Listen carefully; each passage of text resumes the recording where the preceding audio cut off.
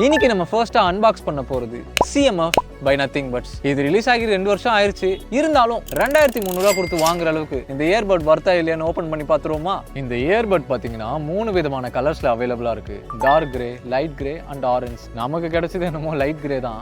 Look wise பாத்தீங்கன்னா இமேஜ்ல பார்க்கும்போது ஓரளவுக்கு நல்லா இருந்துச்சு. பட் கைக்கு பார்க்கும்போது எனக்கு பர்சனலா பிடிக்கல. இதோட பில்ட் குவாலிட்டி பாத்தீங்கன்னா பிளாஸ்டிக் தான், பட் மேட் ஃபினிஷ்ல கொடுத்துருக்காங்க. பர்சனலி எனக்கு மேட் ஃபினிஷ்னா ரொம்ப பிடிக்கும். பட் நீங்கள் முக்கியமாக நோட் பண்ண வேண்டியது என்னென்னா, இது ஈஸியாக ஸ்க்ராட்ச் ஆகிடுது.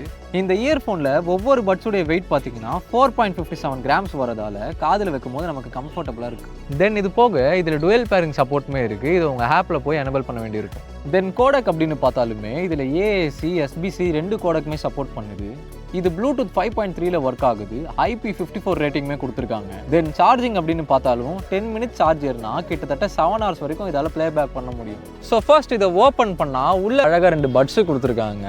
இந்த பட்ஸ் பார்த்தீங்கன்னா உண்மையாலே செம்ம ப்ரீமியமாக இருக்க லுக்கு. ரைட் சைடில் அப்படியே திருப்பி பார்த்தீங்கன்னா Type-C போர்ட் ஒன்று கொடுத்துருக்காங்க. நீங்கள் முக்கியமாக என்ன நோட் பண்ண வேண்டியது இருக்குன்னா, இந்த Type-C போர்ட்டுக்கு இந்த பாக்ஸில் கேபிள் கொடுக்கல. ஏன்டா அப்படி இருக்கீங்க? பக்கத்திலேயே பார்த்தீங்கன்னா ஒரு சின்ன பட்டன் கொடுத்துருக்காங்க பேர் பண்ணிக்கிறதுக்கு. கைஸ், பேரிங் சொல்லும் போது ஒரு விஷயம் ஞாபகம் வருது. இதுக்கு கூகுளோட ஃபாஸ்ட் பேர் இருக்கிறதால நம்ம ஜஸ்ட் இந்த லிட் ஓப்பன் பண்ணி வச்சா போதும். நம்ம மொபைல் அது டிடெக்ட் பண்ணி உங்களுக்கு கனெக்ட் பண்ணிக்கலாமான்னு கேட்குது. நம்மளும் கனெக்ட் பண்ணிக்கலாம் அப்படின்னு சொன்னோன்னே இது ஈஸியாக பேர் பண்ணிக்குது.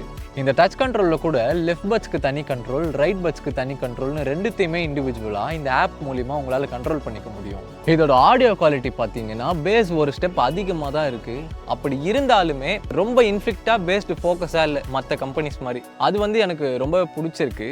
இதில் பேஸ் அதிகமாக இருந்தாலும் பேஸை தாண்டி அந்த ட்ரெம்பலாக இருக்கட்டும், வோக்கல்ஸாக இருக்கட்டும், பாட்டில் வர இன்ஸ்ட்ருமெண்ட்டாக இருக்கட்டும், அதெல்லாம் ஒரு மாதிரி பேலன்ஸ்டாக இருக்குது. உங்களுக்கு இன்னும் வேணும்னா கூட அல்ட்ரா பேஸ்ன்ற மோடு மூலிமா உங்களால் லெவல் படி கண்ட்ரோல் பண்ணிக்கலாம்.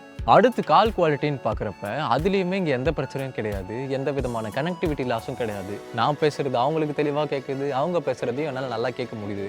தென் பேட்ரி அப்படின்னு பார்த்தீங்கன்னா இந்த கேஸோடு சேர்த்து மொத்தமாக 35 ஹவர்ஸ் கிட்ட வரும் அப்படின்னு சொல்கிறாங்க.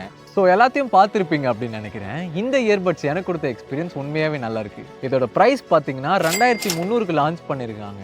இதோட நெகட்டிவ் பார்த்தீங்கன்னா இதோட வால்யூமை நான் சொல்வேன். சிலருக்கு டம்மால் டும்மில் காதில் சவுண்ட் வச்சு கேட்கணும்னு நினைப்பாங்க. அவங்களுக்கு இது உண்மையிலே செட் ஆகுது. இன்னும் கொஞ்சம் வால்யூம் லெவலில் அதிகப்படுத்தியிருந்தால் நல்லா இருந்துருக்குன்றது என்னுடைய தாட்டு. இதுதான் நான் யூஸ் பண்ணதில் எனக்கு தோணுன விஷயங்கள். நீங்கள் இந்த இயர்பட் யூஸ் பண்ணியிருந்தீங்கன்னா உங்களோட எக்ஸ்பீரியன்ஸ் என்னன்னு கீழே கமெண்ட் பண்ணுங்கள். இந்த மாதிரி இன்ட்ரெஸ்டிங்கான பட்ஜெட் ஃப்ரெண்ட்லி கேஜெட்ஸ் பற்றி நீங்கள் தெரிஞ்சுக்கணுன்னா டெக் மானிட்டர் சேனலை சப்ஸ்கிரைப் பண்ணிவிடுங்க.